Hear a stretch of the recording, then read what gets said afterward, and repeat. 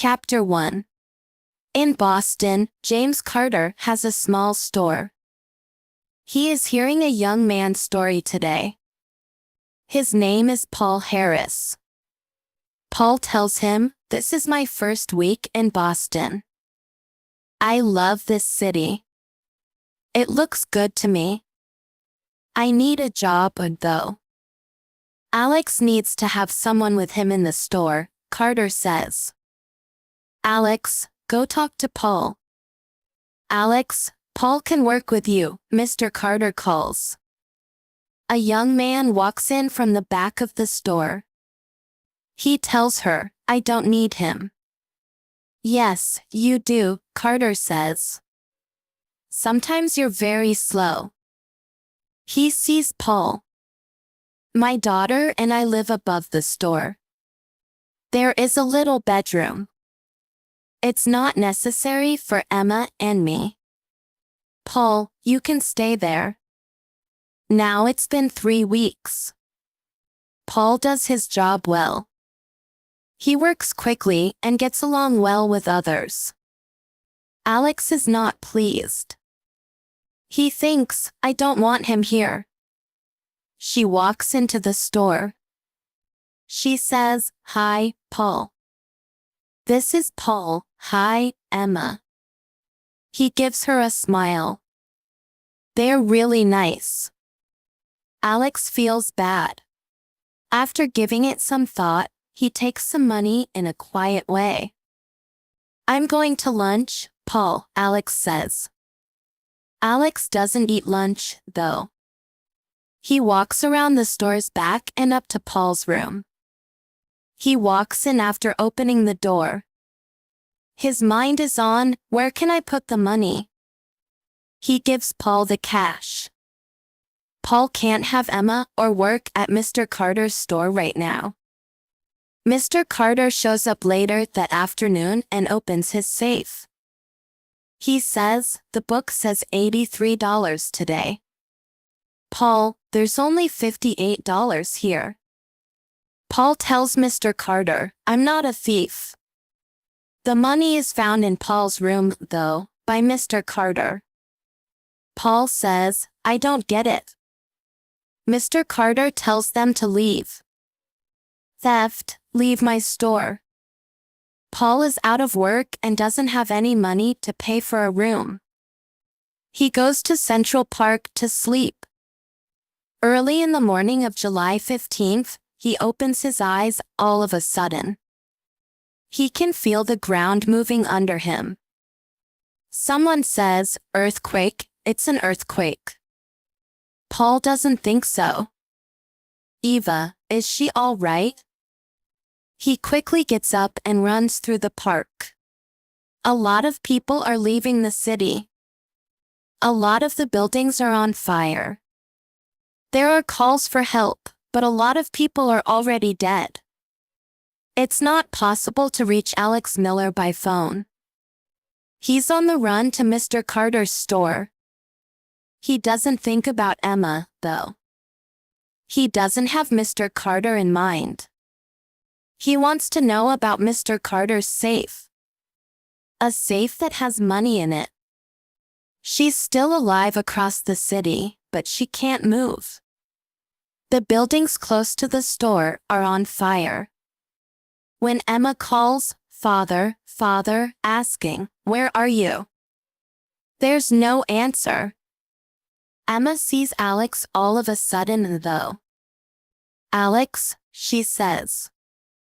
"Help me, I'm stuck." Alex sees her, but he doesn't say anything. He then sees the safe. It's open. Alex opens the safe and takes the money out. Emma says, "Alex," once more. She's mad now.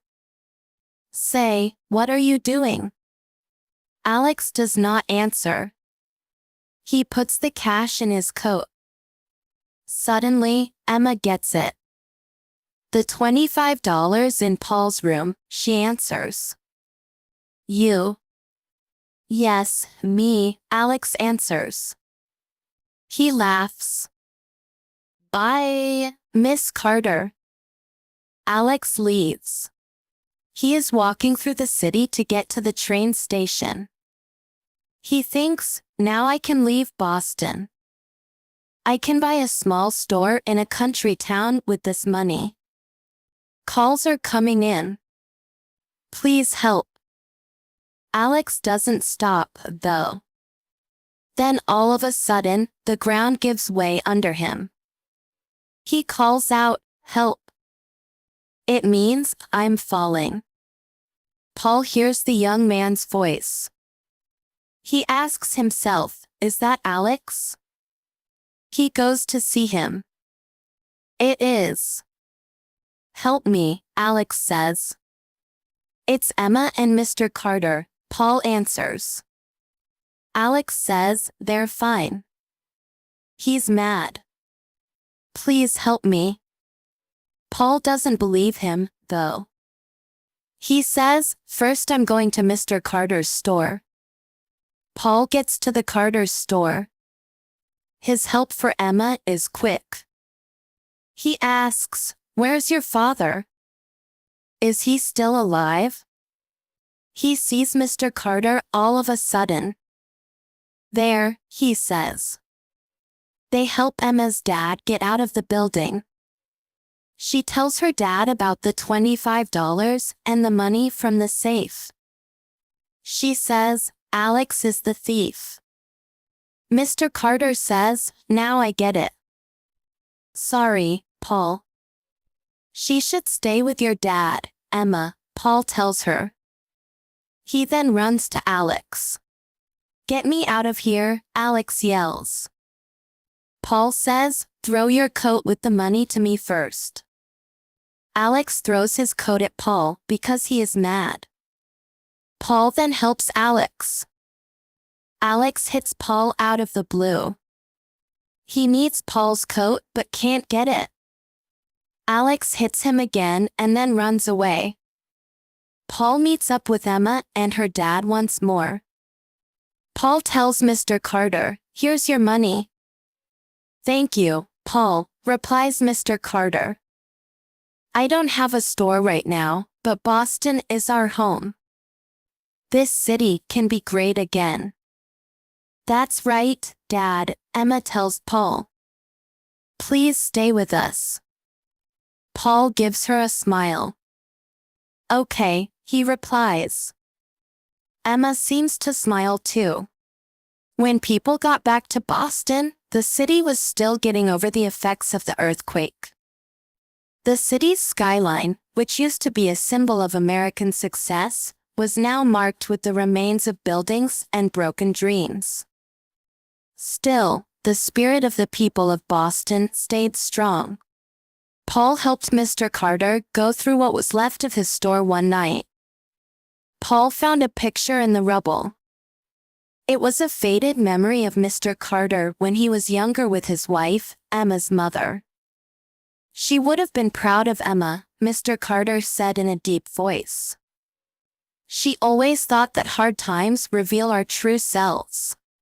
At the same time, Alex, who felt terrible about what he did, wandered the streets of Philadelphia. He looked like he had no money left after stealing it. He thought that every face he saw was Paul's or Emma's, accusing and betraying. In a small bar one night, he heard stories about how Boston had been strong and recovered. Some of those stories talked about Paul's bravery and how he helped many people in Boston rebuild their lives. In his heart, Alex longed to prove himself right. He chose to go back to Boston to deal with the effects of what he had done and to help rebuild the city he had once called home. Every day, Emma and Paul's friendship grew stronger. Along with other survivors, they became strong members of the community and helped both friends and strangers. Emma was the first person to see Alex when he came back.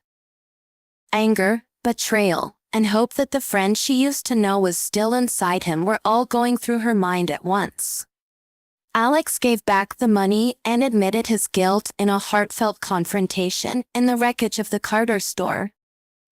It wasn't easy to forgive, but the rift started to heal when people saw how hard Alex was working to help the community.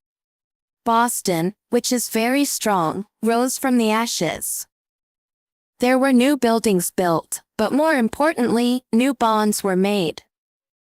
It wasn't just Paul, Emma, Mr. Carter, and Alex who worked together. They built trust and friendships as well.